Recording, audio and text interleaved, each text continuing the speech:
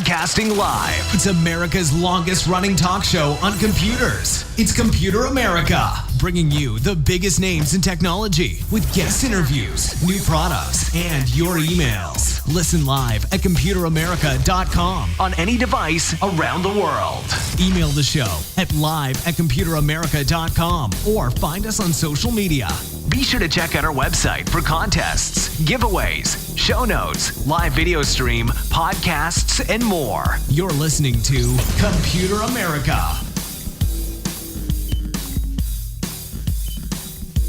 Hello and welcome into the Computer America Show. We are the nation's longest running, nationally syndicated radio talk show on computers and technology. Thank you for joining us. I'm your host, Ben Crossman, and I hope all of you are having a wonderful day. And hey, welcome into the Computer America Show. We have a lot to talk about, where in the second part of the program, we will be doing computer and technology news. And there we have a lot of stories that we should definitely touch on, including, the fact that Facebook had their worst day on record, the fact that Samsung is looking at using more energy efficient chips in their next set of smartphones, and hey, so much more. Let's see. I think we can squeeze one more teaser in there. The next benchmarks the benchmarks for the next Intel chip, the next generation i7s. They're dropping hyperthreading. So we're going to talk about, what hyperthreading is, why that matters, and why it's such a surprising move. So all that and more, second part of the show. But in the first part, you're in for a treat because we have an interview with a great company called Pengo. And if you Google Pengo like I had to do before the show, you're going to see a lot of penguins. But we promise it's not about penguins. It's about phone accessories and a bunch of different gadgets that we think could really make your life easier. So we're going to talk with the company, see what they do, and what products they have. So a couple of things before we get started, including computeramerica.com. That will have everything from the show notes, which will have a link to our guest website. Any videos, articles that we show on the show will be right there in one place. So if you're busy, if you're driving, don't worry, we got you covered. Also, be sure to check out the social media contest brought to you by Logitech, and be sure to check out the live video stream brought to you by OWC. So, all that and more at Computer America. Be on the lookout for new reviews and articles that we're going to be pushing out here shortly. And in the meantime, let's go ahead and jump right into our program today. So let's just go ahead and jump into this. So joining us on the show, as I mentioned before, is a company called Pengo Technologies Co. Ltd., if you want to be specific. And they're joining us, by Skype. So let's go ahead and just bring them on. So joining us today is Miss Diana Lan, and she is the Sales and Marketing Director for the company. So Diana, welcome on to Computer America. How are you? Our pleasure. So, obviously, if you're watching the video portion, we're showing your website at the moment. You guys make a lot of different technology, and so there's a lot of different ways we can start this, but I think the best way to start would be a bit of background of what is Pengo Technology, when did you guys get your start, and tell us a bit about yourself. How did you find yourself working for Pengo? A really young company. We started this year, and it is a group of really young, enthusiastic engineers that thrive to develop innovative, functional, and sleek computer and mobile phone accessories, especially focus in connectivity. If you see the website, so we have a bunch of cables, lightning cables for iPhone, Type-C adapters, and other accessories.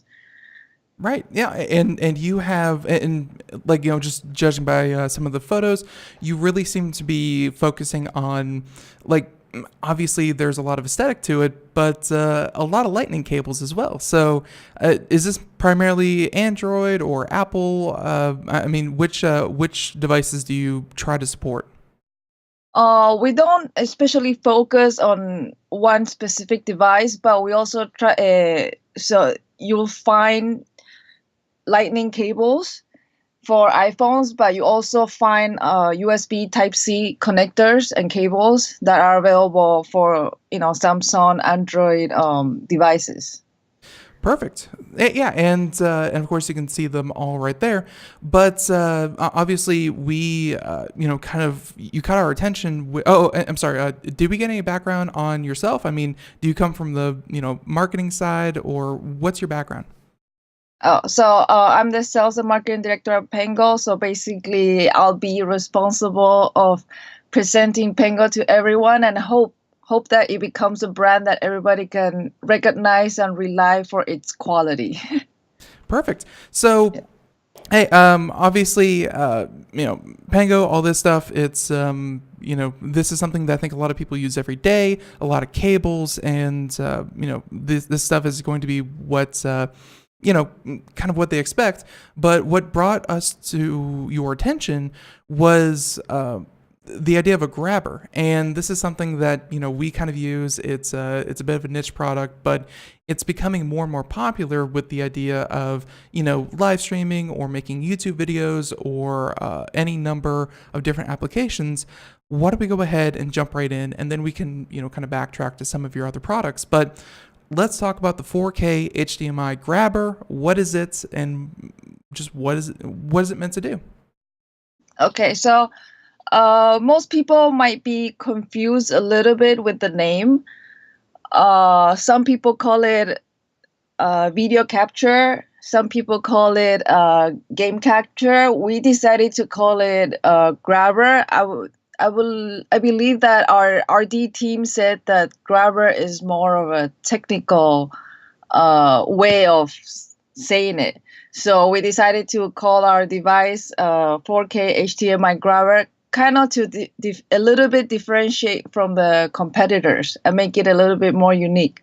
So actually, this device, it's like you said, is for live streamers or people that like to play consoles to record themselves and put that video online to teach, regardless if it is to teach people how to play or how to share their skills and things like that. It's really easy device to use. Basically, it's a plug and play where you connect your console into it, your monitor, and then you plugged in your PC or, of course, your Mac to use to do the recording. But obviously, you need an external software to do the recording. It's not an automatic recording. Right. And I guess so the difference between this and a video capture card is the fact that it's external and again just kind of named to differentiate one another. I guess why would someone use this as opposed to something, let's say, like a software solution that could run on the computer? Is it, does it make it faster? Is it easier on the system? Is this, just kind of one of the only ways you could do a console? When would someone want to use this as opposed to, some other solutions? Like you said, it doesn't require, well, it needs a software, but also it doesn't take up the CPU speed from the computer. And also, if you usually would be for laptops, because most of the people right now use laptops over desktops.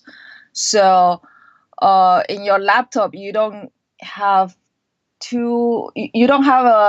a high powerful computer, so you will need this external device that doesn't require external power, and also we don't have an active fan. So basically, we try to use our technology to for this device that it doesn't require an external external fan to cool it down. Yes. No, very, very cool. So obviously, just looking at the device itself, very, very simple. You didn't, you didn't make this too complicated. Describe the device, because we're primarily a radio show. What are the dimensions of it, and what ports would you find on the front and the back of this device? Oh wow! I actually don't know the dimensions by heart, but I can tell you that pretty sure it's about 40 or 40 to 30% smaller than an Apple TV. I would say probably the smaller than the palm of your hand, Mm-hmm. and about maybe half an inch thick. So it's very small, very compact, so you can take it with you to do live stream anywhere you want with your laptop. Yes, Very, but very of cool. course you require a device to film yourself, of course. Right. And does it get power through USB? Does it have its own power cable? It it will use the power from your computer, I got you. So, but it's yeah. still USB 3, so it doesn't require too much power. Very, very cool. And I mean, I'm looking at some of the different devices you can hook up to this. Obviously, a camera. It looks like you could even hook up a smartphone. And there's a couple applications I can think of where you'd want to capture the screen of your phone and be able to broadcast that out as well. Yes. And this all seems like a very kind of compact solution. Is there any software that goes on with this, or is this just kind of get your cables right and use maybe something like OBS or XSplit or some other software solution? Yes, we tested it with XSplit. We also tested it with OBS. We also made it available to function with QuickTime and VLC, which is more for for the consumer. It's an easier software because OBS and XSplit is more for advanced users, I believe. So and most people will have VLC and QuickTime if they use a Mac. Right. So no, and very, very cool. So it works with Windows, Mac, all that kind of thing. Again, it's kind of a hardware solution. So I mean, all of this very, very simple. How much does something like this cost? Well, we set the retail price at $249 in Amazon, but I think it's on sale right now for almost half the price. Very, very nice. And just how has the reaction been to, putting out a product like this? Because I think, making YouTube videos, live streaming your events, it's certainly becoming much more of, something people are interested in doing. But it's, I guess it's kind of hard to convey what exactly this device can do for you to people who've never had to use something like this. I mean, how's the reception to your 4K HDMI grabber been? Well, we just started, so I would say to start with, we consider it pretty good. We are trying to do a few reviews with some other bloggers and YouTubers to teach the audience also how to use it. I would say pretty good. We sold a few units over the last month. Okay. Yeah, we just started to sell it like in a month only. Yeah, and again, it's going to be about getting the word out. And hey, we're happy that you're able to join us here on Computer America to do just that. So, no, very, very cool product. And let's see, I mean, there have been a couple others on the market, kind of in this field, but really the ones I've seen are kind of embedded in people's computers. They're definitely not portable. Is there anything else about this? I mean, obviously you spent quite a bit of time working on the aesthetics of this thing. Is there anything about your grabber that differentiates from others? Yes, actually our R&D team spent over a year to develop this product. They try to make it as perfect as possible.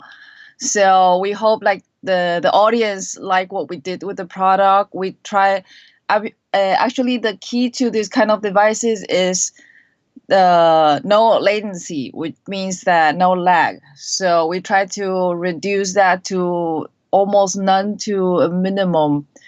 The way that our R&D team works is we always try to buy the competitor's product, we test it and make sure that ours is better.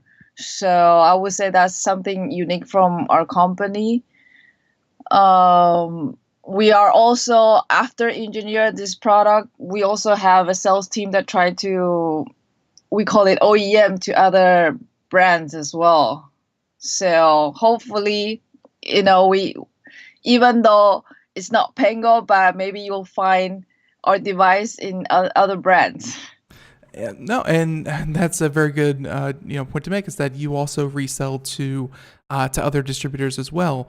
And one thing I wanted to ask was why did you decide to push out this product with 4K? Because we obviously watch a lot of live streams and things like that. 4K live streaming is something that is pretty unheard of, but I guess 4K gaming is on the up and rise. I mean, why was it so important to make a 4K grabber as opposed to, something that was a bit less, like maybe just an HD grabber with low latency? Well, because we feel HD, it's already old technology, so the new hit will be 4K. And like you said, we were trying to target the gaming industry, where gaming, they're already hitting the 4K target. And then if you're a gamer, you always want quality and then high resolution, and obviously, like you said, no latency. No, very, very true. So very, very cool. And you sell this obviously through different distributors, but I believe you also sell this through Amazon, correct? Yes, at the moment, yes. All right, perfect. So, all right, so there's that one, and 4K HDMI grabber. I'm glad that you named it something like a grabber, because it explains, kind of what it does very, very effectively. Just real quick, and obviously, there's not much you can say about about a particular cable in general. But just looking at your other products, give us a quick overview of I guess some of your first products, which include USB-C, obviously audio adapter cables. What are the difference between your cables and other people's cables, and just why did you start with cables and then end up at a grabber? Well, actually, it's the other way around. We started with the grabber, and then we said, oh, we cannot have just one product. So the simplest was to do connectivity, because the grabber is kind of connects a lot of cables and devices together. So we're like, okay, fine, we'll do accessories as well. So we got into cables. And the difference between our cables is durability and the connectivity. It may look simple, but actually connecting certain cables to the connector, actually there's certain technical part of it. So how durable and how long it lasts, the cable, will depend on the factory and how you connect the wires together. So I would say we're hoping that people will see that, instead of a cable that costs like $5 or $2 that you find on Amazon or on the market on a swap meet. Right. And not too long ago, we recently had one of the chairmen for the HDMI Foundation, and going into cables, there's a lot of manufacturers out there that just push a cable out and, like you said, meet that $2 price point. And people go, oh, look, a $2 cable. But there are a lot of standards, and for cable to work properly and, kind of what you expect, you really want to, get one from a reputable distributor. So I'm glad that you're making your own, and you don't just rely on people to go out and buy, the cheapest one out there. So very, very cool. Pengo Technologies, and again, we were primarily going to, kind of talk about your grabber, but I think we've also, kind of ran through the rest of this. Is there anything else that you wanted to talk about Pengo? What's next for you guys? Is it all research and development? Is it still about capturing displays? What's down the road for Pengo? So we'll have obviously more cables, more adapters. We'll also have a very unique dock station docking station that hopefully will be released by the end of this year. And obviously by next year, we hope to have a grabber that actually captures 4K. So I hope that everybody's excited as we are. No, and I'm sure we are, because like we said, it's live streaming and making YouTube videos and things like that. It's only going to get more popular, and I'm glad that companies such as yourself are really fostering this idea that anyone could do it with the right hardware. So hey, we're really looking forward to this, and we may get in touch with you to obviously see, because we do essentially the same thing with our live video feed, and we'd love to review one of these products for you, but we'll talk about that later. And in the meantime, though, everyone, Miss Diana Lan, and Sales and Marketing Director for Pengo Technologies. We have a link to the website in our show notes, but Dana, I'll let you have the last word. If people want to find out more, where should they go? You can always go to our website, which is www.pengohome.com, or you can find more information through Amazon, but the most reliable is through our website. We also have a Facebook fan page as well as Twitter, but I'm doing everything myself, so everything is very busy. Everything is a mess. Yeah. Yeah. But yes, hopefully everybody can support us.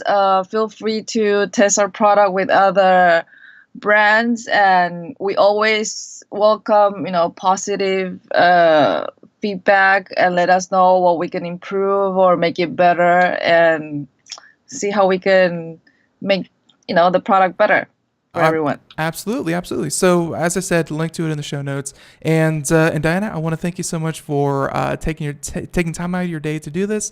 And I know it was your first time, but really you nailed it. Again, thank you so much.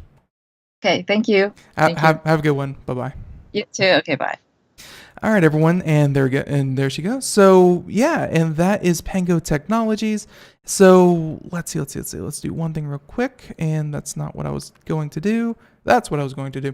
There we go. So everyone, Pengo Technologies, obviously, a bit of a short interview, but hey, 4K grabber. I think we pretty much described what it does. And obviously we stream live on Twitch, and a lot of people who kind of live stream, they use devices such as these. What separates, I think, someone who's just getting started and someone with a bit more of a vested interest is when you use a device like this and you get, more than just a one PC setup, or you want to capture your console.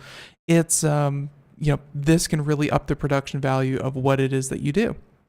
So, yep, go ahead and check it out. Again, computeramerica.com, show notes for today.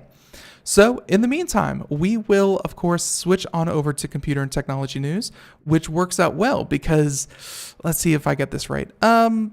Yeah, about 18 different stories, and I guarantee you we're not going to do all of them, but we're going to talk about these in order of importance as I see them. So if you want to join us, of course, twitch.tv/Computer America, join us in the chat room. And you can put your input to which I can easily ignore. It's going to be great. Everyone, computer and technology news brought to you by OWC. Here we go.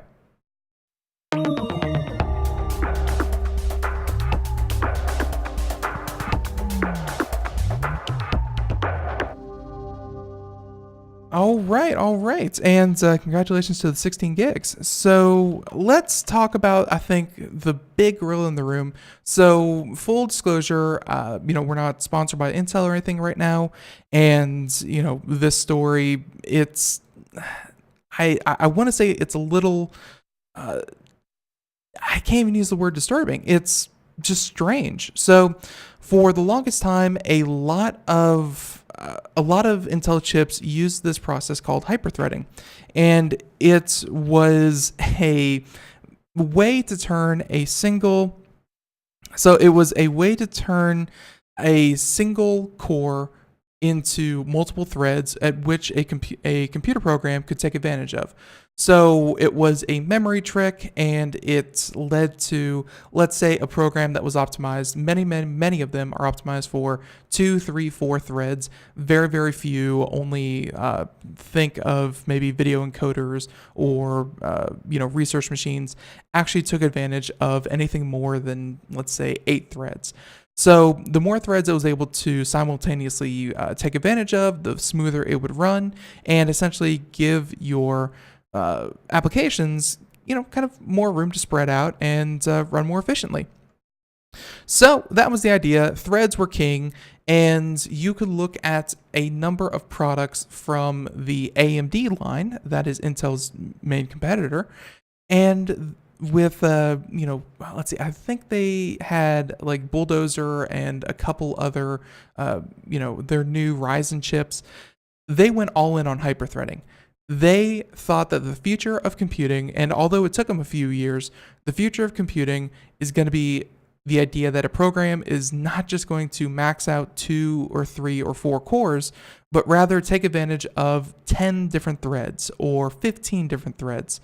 It's Bulldozer and Excavator. There we go. Thank you, chat.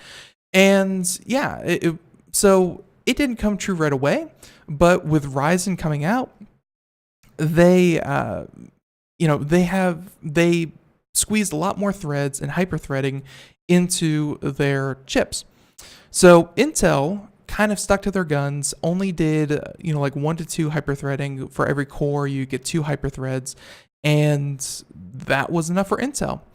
So recently, the shift for enthusiasts or pro gaming computers or even professionals is that Intel recently put out the i9 processors, which have 10 cores, 20 hyperthreading or hyperthreads, or in some cases, I think at the latest Computex, they showed off 16 core, 32 threads, and AMD came out with a 20 core, 40 thread. You can see that the race to build the better hyper-threaded processor is on. Which is why it's so confusing that this new leaked benchmark, and I hope that the leaked benchmark is simply wrong, even though usually when organizations such as Ars Technica report on these, they're usually pretty reputable, and they show that the next generation of i7 chips, which used to be the flagship for the consumer models, but currently sits just below the i9, looks like it's going to be running the 8 core and 8 threads. So no more hyperthreading. It's just going to be 8 cores, 8 threads, as opposed to what's traditionally been 8 cores and 16 threads. So that means if you want hyperthreading, and every time I say hyperthreading in this article, you can think of it as multitasking. If you want multitasking, you're going to have to go to the i9. I don't know why. It really just appears to me that that Intel is pushing their more expensive i9 chips for people who run multiple applications. We mentioned live streamers, the idea that you run a video game, a web browser, a video encoder, maybe some music in the background, maybe a second video game or something like that. If you want room to actually take advantage of all those applications, it seems Intel is forcing you into the i9 lineup of processors. So and definitely, as one of the chatters said, it's an obvious deviation that i7 has had hyperthreading for a long time, and now we're heading to a place where only the i9 has hyperthreading, and calling their product lineup a mess. Yes, their product line is a mess, but it's because they haven't switched over to the 7 nanometer architecture that the processors were promised to. So we're about to run into the break here, just full disclosure. But when we come back, we're going to talk about what it is that the benchmark is showing. Is this actually a downgrade? And why would Intel possibly do this? Because this is not a positive. There's not a lot of ways to spin this. This is not a positive move from Intel with their i7 line. So Everyone, we'll be right back. More Computer America right after this. If you missed any part of today's show, by the way, and you want to check out our interview with Pengo, please feel free to go out to Computer America and check out the podcast. It's today's show in its entirety. Folks, we'll be right back. Stay tuned.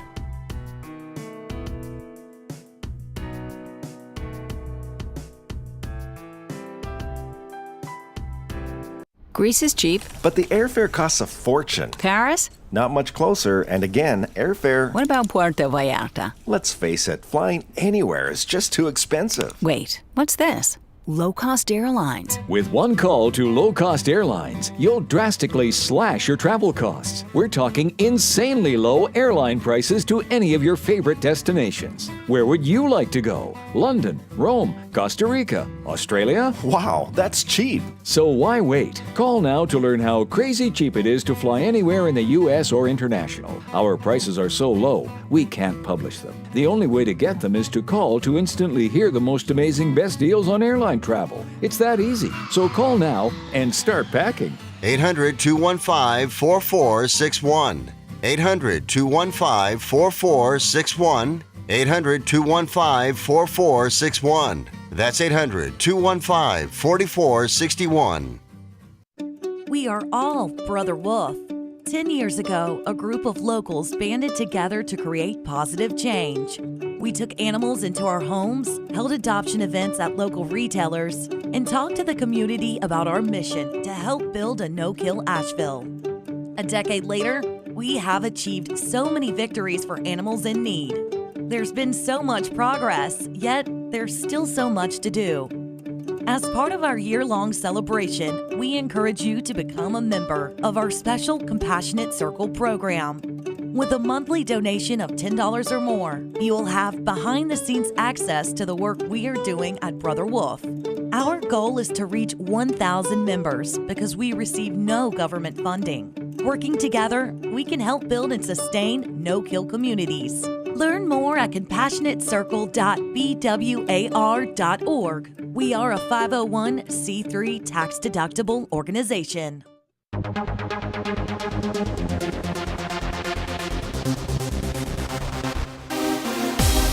And welcome back to the Computer America Show. We are doing computer and technology news brought to you by OWC.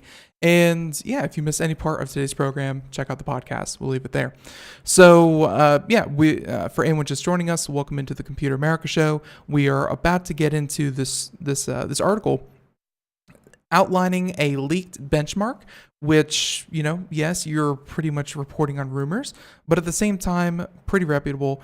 And they show that the i7, really in my mind, the venerable i7 line of processors is losing their ability to hyperthread, and instead it's just going to be 8 cores, 8 threads, as opposed to the traditional 8 cores, 16 threads of chips. And yeah, I'll be honest, this makes the i7 lineup a bit less desirable when it comes to performance. And there's some nuance here. We're going to talk about that. So why don't we just go ahead and get started? So obviously, they said that the Intel's naming scheme for the processors has often been described as obtuse, where there have been some patterns that the company seemed to follow.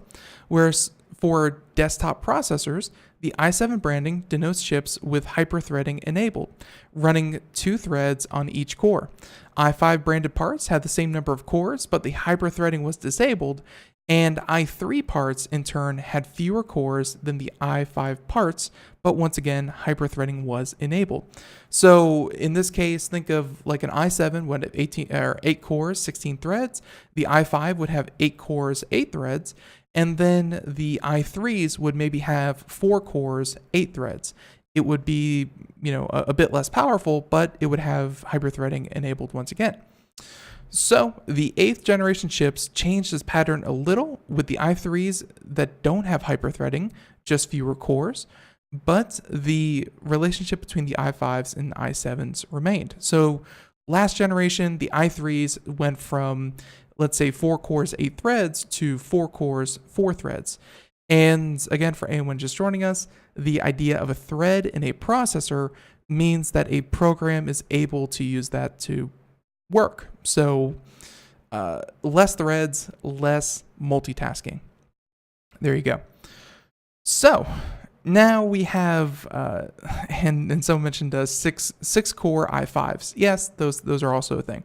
So obviously, whenever you check out a processor, you're going to have to look at, at the cores and threads. The i5, i7, i3 designation really is starting to lose its meaning, and you have to become a bit more savvy to show, what the core and thread count actually is. So, with that being said, it looks like the next batch of Intel processors, probably branded the 9th generation, is going to shake the situation up further, where they list a Core i7 9700K processor, and this increases the core count from the 6 cores in the 8th generation Coffee Lake to 8 cores, but even though it's an i7 chip, it doesn't appear to have hyperthreading enabled. Its base clock speed is 3.6 gigahertz, which is pretty good. That's not bad. With a turbo, so that's overclocking, but overclocking that's sanctioned by Intel at 4.9 gigahertz, which 4.9, that is incredibly fast. That's almost 5. 5 just a few years ago was something that many tried to achieve, but you needed like liquid nitrogen cooling systems to maintain that for any notable amount of time. So the fact that it can run a stable 4.9 just under a 5 is still pretty good with 12 megabytes cache. And the price is expected to be around $350, which is the same as the current top-end i7s. Here's the problem though. For the chip that will sit just above the i7 9700K, Intel is extending the use of its i9 branding, which will then land at the i9 9900K. There you go. And that will be an 8-core, 16-thread processor. Folks, they simply took the i7, made all of the other i7s worse, and made what you would expect from an i7 into an i9. And they bumped the memory up a bit to 16 megabytes cache, and they were able to get the turbo up to 5 gigahertz, the magical number, and they priced it at about $450. They took what used to be the flagship for the i7 lineup, gave it to the i9 lineup, and increased the price by $100. It's not a good way to go about branding your products. First of all, you're confusing people because you're taking what was traditionally, something that had a little bit of meaning in your product branding, and you're stripping that away, and then you are taking what would traditionally be in that first lineup and giving it to a second one, just because I think part of it was a marketing move that people think of the i7 as not a flagship product because there's an i9, 7 or 9 is greater than 7. So it seems like to further designate what is the best of each lineup, they're just throwing everything under the i9 umbrella. So the i9 is a reaction to the Ryzen 7. So yeah, the original point of the i9, just for everyone to be clear, the i7 for the longest time was the best of the best you could get with Intel. And then came along the Ryzen line of processors. As I said, hyperthreading was king. They had 10 cores, 20 threads, 12 core, 24 threads. I believe they even had a 14 core, 28 thread Ryzen at the very tippy top. Cost like $1,000, but hey, they had it available. In response, like there was nothing Intel had in its consumer lineup that even came close to that level of performance. And so in response to that, Intel essentially tweaked and rebranded some of their, what do they call it? They have like an enterprise line of database processors, and I'm going to kick myself for not remembering exactly what it was called, but it's not Celeron. But anyways, they took their kind of enterprise level processors and rebranded them as i9s, and bing bang boom, you have a new top end. It just, it just seems, and of course, it just seems like Intel is having trouble really conveying that they have a new best processor without actually changing all that much. Because if you look at the specs, and if you look at the benchmarks, they are squeezing every little bit of juice out of their current 10 nanometer processor die. They are on the 8th generation, where many of these chips had at most 3 or 4 generations. They are running into that brick wall of research and development hard. So they're trying to get people excited. They're trying to, make it look like something that it's not. And for those of us who, kind of enjoy when Intel and AMD come out with, actual innovation, seeing them take things away and differentiate their products artificially, it just doesn't hit you in a good spot. So even without hyperthreading, the new i7s should be faster than old i7s. A part with 8 cores is going to be faster than the 4-core 8-thread chip of a couple of generations ago, and should in general be faster than the 6-core 12-thread 8th generation chip. Peak clock speeds are pushed slightly higher than they would in the 8th generation chip. So Xeon, yes, the Xeon processor. Thank you so much. Thank you so much for it. The Xeon processors were rebranded to become the new i7s. So low-end Xeon processors became the high-end i9 processors. Anywho, the people who will see a difference, if you buy a high-end i7, if you get an 8-core, 8-thread i7 processor as opposed to previous generations where you had an 8-core, 16-thread, if you're someone who plays video games, streams that video somewhere, has a browser open, and maybe has 1 or 2 different programs running in the background as well, you're going to see a performance decrease. If you're someone who encodes video, makes videos, has to export them or has to use a lot of processor power, you're going to see a performance decrease as well. If you're someone who simply runs a computer game and has a web browser open and you don't really do a lot of multitasking, you'll probably see a slight performance boost because you're not maxing out your threads. You are staying within the lanes that Intel is giving you. But overall, what they're doing is they're taking away a feature from one of their processors.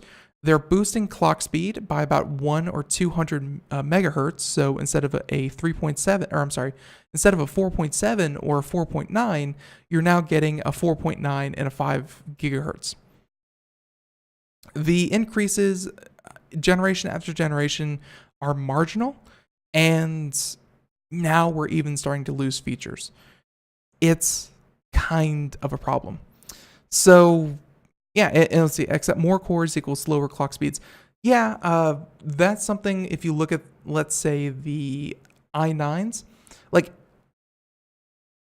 in a lot of i9s, if you had, let's say, a 10-core processor or a 12-core processor, instead of running at 3.7 gigahertz base clock speed, you would then run at, let's say, 2.7 gigahertz or 3 gigahertz as opposed to, and you lose that little bit of performance.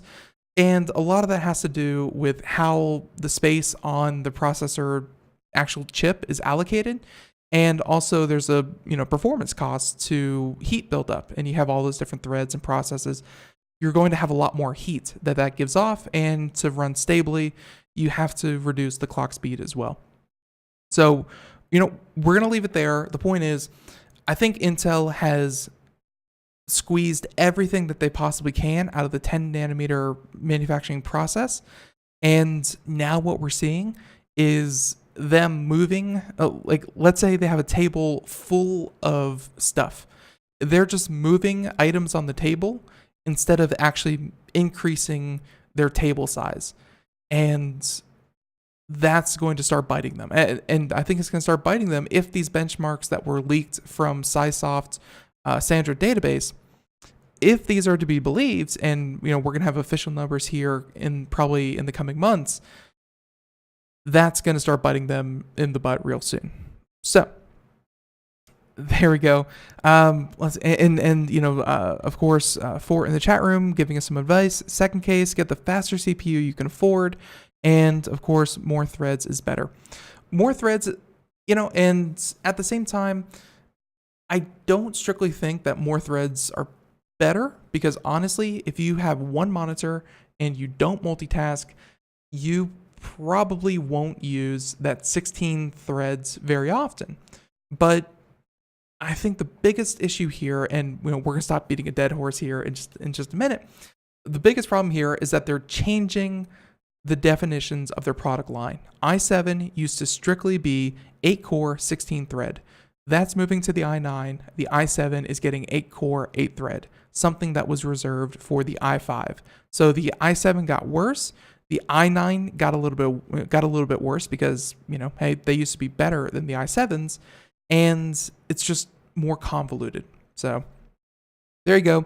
We're going to go ahead and switch over from this one, but we're going to keep a close eye on what Intel is doing and what they're doing with their processors. So, all right, there's that story. Good thing we only spent 15 minutes on that. Let's go ahead and talk about some of these others. So we have some pretty important ones. I actually like this one.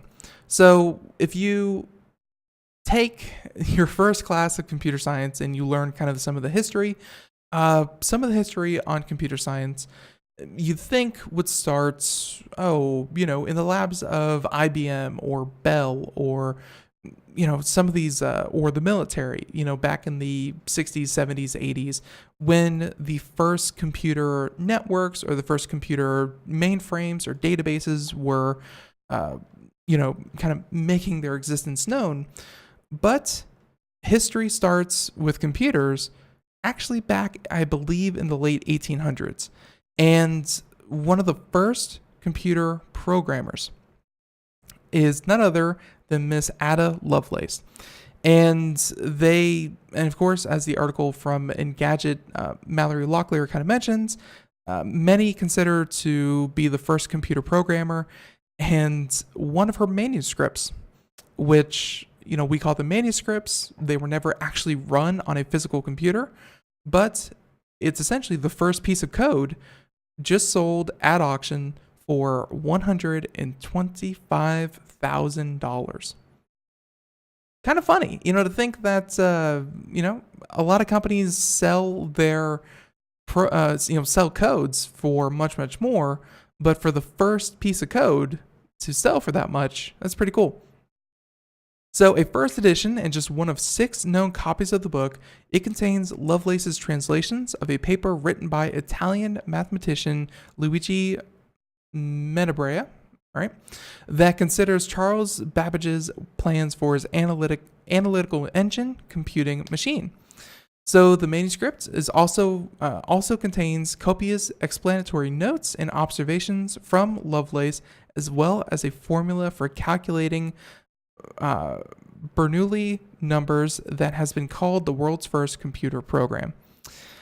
So yeah, there you go. Lovelace, and goes into some of her history, and we're gonna skip through that because not everyone here is a kind of computer science buff. But the manuscript, which was purchased by an unnamed buyer, also features handwritten notes believed to be inscribed by Dr. William King, a friend of Lovelace who is thought to be the book's original owner. And the title page says the translation includes notes by the translator, underneath which is handwritten inscription, Lady Lovelace. So there you have it. If just a little piece of computer history, and I'm glad that it's being honored in such a way that, hey, people are finding it valuable, even decades or a century later. Very, very cool stuff. So that was just a quick aside. Let's talk about, there's a couple of these here. Let's talk about 23andMe. So if you watch cable television, and I know that there's a few of you out there, if you watch cable television, you have probably seen these genetic testing services that will tell you, hey, we'll let you know who you really are. Even though it's just your genes, And trust me, there are legitimate medical and there are legitimate medical reasons to get your DNA tested.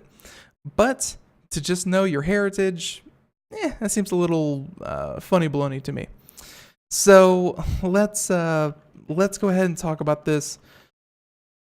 23andMe, they offer to test your DNA, sequence it, send it back to you. And if you thought that their price point of, I think it's like $69, or I think some also do it for like $80, very, very cheap, considering the amount of work that goes into it. If you thought that that was a ridiculously low price point, well, you're missing the hidden cost. And the hidden cost is data. Just like many browsers out there, just like many advertising agencies, the fact that they're able to collect and use your data without your permission, or rather you give them permission to use your data, this is the end result. So this is coming to us from Live Science, and Laura Gegel talking about 23andMe is sharing its 5 million clients' genetic data with drug giant GlaxoSmithKline. So, this could overwhelmingly turn out to be something good, but at the same time, it's the end result of genetic testing is that they're able to use your data, you kind of the data that makes up yourself, and test drugs in a laboratory setting without having to kind of test, 5 million individuals on this one particular drug. So they said that during the 4-year collaboration, the London-based GlaxoSmithKline will use 23andMe's genetic database to zero in on possible target treatments for human diseases, saying that the goal of the collaboration is to gather insights and discover novel drugs, targets, driving disease progression, and develop therapies. So obviously, to do this, they said that it had invested $300 million in 23andMe. Essentially, they paid $300 million for 5 million of their clients' data. So about $6 a person. I think no, that's 30 million. $60 a person. So hey, that's a pretty good return on investment. And you say, no, my DNA is mine. No, actually, your DNA, as soon as you get it sequenced through 23andMe, Ancestry.com, any of these other DNA testing services, I would say everyone except Thanos or Thanatos, or no, it was Thanos. Thanos testing services who promise to sequence your DNA as well through a drop of blood. They're probably the only ones who were too lazy to actually pull the data out of their clients, and they were sent to jail for it. But as soon as you get your DNA sequenced so that you can find out that you are, in fact, 13% Irish, because everyone is 13% Irish, they own your DNA, and you can't say anything about it. So it's not clear yet which conditions will be investigated during the time or during the collaboration, but one example showed how the collaboration might work, where the two companies previously collaborated on the gene LRRK2. Ah, yes, the good old LRRK2 gene, which is linked to some cases of Parkinson's disease.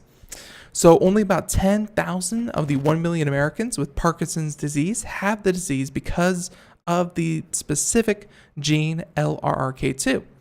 So GlaxoSmithKline has to test about 100 Parkinson patients to find just one potential candidate. However, with the database, they have already provided 250 Parkinson's patients who have agreed to be recontacted for GlaxoSmithKline's clinical trials, which may help the pharmaceutical company develop the drug much faster. There you go. There's a prime example where you sign up. Obviously, I don't know if it's a default setting or what have you, but 23andMe is allowed to recontact you and say, hey, you have this gene. This is a very rare gene, and we're trying to get people for a clinical trial. Would you consider working with our partner, blah, blah, blah. And it sounds cool. It sounds like a good way to get the right people in touch with the right organizations. But at the same time, it's definitely a for-profit venture. 23andMe is not a nonprofit. 23andMe is not a scientific consortium of people looking out for everyone's best interest. It's a group of investors looking for the best way to turn your DNA into money through research grants, through companies such as this. And just like the companies who are developing these treatments, they're looking for the best way to corner the market on the best treatments available. So, yes, some good can kind of fall out of this, but at the same time, I guess it's people giving up their privacy, being analyzed and being sold as a package, essentially saying, hey, your DNA is very rare. It's a very special DNA. You are a very special person. Turns out we sold you for $60 to GlaxoSmithKline, and they want to do some tests on you. You cool with that? And, there's not really a lot of things you can do if you've taken this test. And so there you have it. So there's a lot of other privacy issues Thanatos is right. Thanos is, I love that movie. Guardians, I'm sorry, not Guardians of the Galaxy, The Avengers. Thanos is a wonderful, wonderful character. But no, Thanatos was the one that was sent to jail and didn't actually sequence your DNA. But I digress. There are privacy concerns because this is data you will never change in your lifetime. This is data that you give up forever. And giving them permission to do whatever they want with it, that is something, just like digital permissions, just like a lot of things we talk about here on the show, the real ramifications of this probably won't be felt for years and years to come. But, I mean, hey, if people were upset that they were losing their browser history and Google was saying, hey, you just checked out faucets. You know what you would love to see everywhere on the internet? Here's a bunch of different faucets. If people were upset about that, imagine when they're going to target advertise you with Depends because your DNA shows that you are predisposed to bladder problems or the like. I mean, it's not a very dystopian future or not a very far away future if you really think about it. They're already catching criminals simply because a third cousin happened to get a DNA test, and law enforcement is working with these companies to identify, long, cold cases because of new technology such as this. It's, the most we can hope for is something good falls out of this, is that maybe a cure for certain kinds of cancer, maybe a cure for certain kinds of Alzheimer's disease or genetic diseases. Maybe a cure falls out from this, and I don't want to say it will all be worth it because it might not. But hey, that's a step in the right direction. So let's go ahead and only like less than a minute left. So some of the stories that we didn't get to, but I definitely wanted to. Virgin Galactic. They're trying to make a spaceship that will take people, to space. They want to be one of the first space tourism companies, and they just set a new record where 170,000 feet above the Earth's surface, they hit Mach 2 in their most recent test, which is a new speed record for one of these ships. So Virgin Galactic, space tourism, on its way. Facebook loses $123 billion in value in just 24 hours. Imagine that.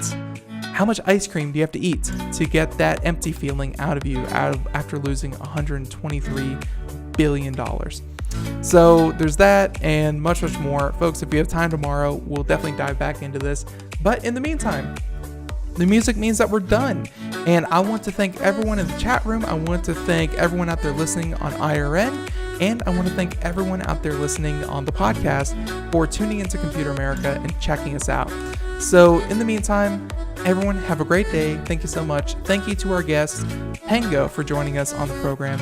And hey, have a great day. Catch us here tomorrow, 4 p.m. to 5 p.m. Eastern, Monday through Friday. And until next time, be good, be safe, and don't give your DNA out to just anyone. Everyone, have a great day. Bye-bye.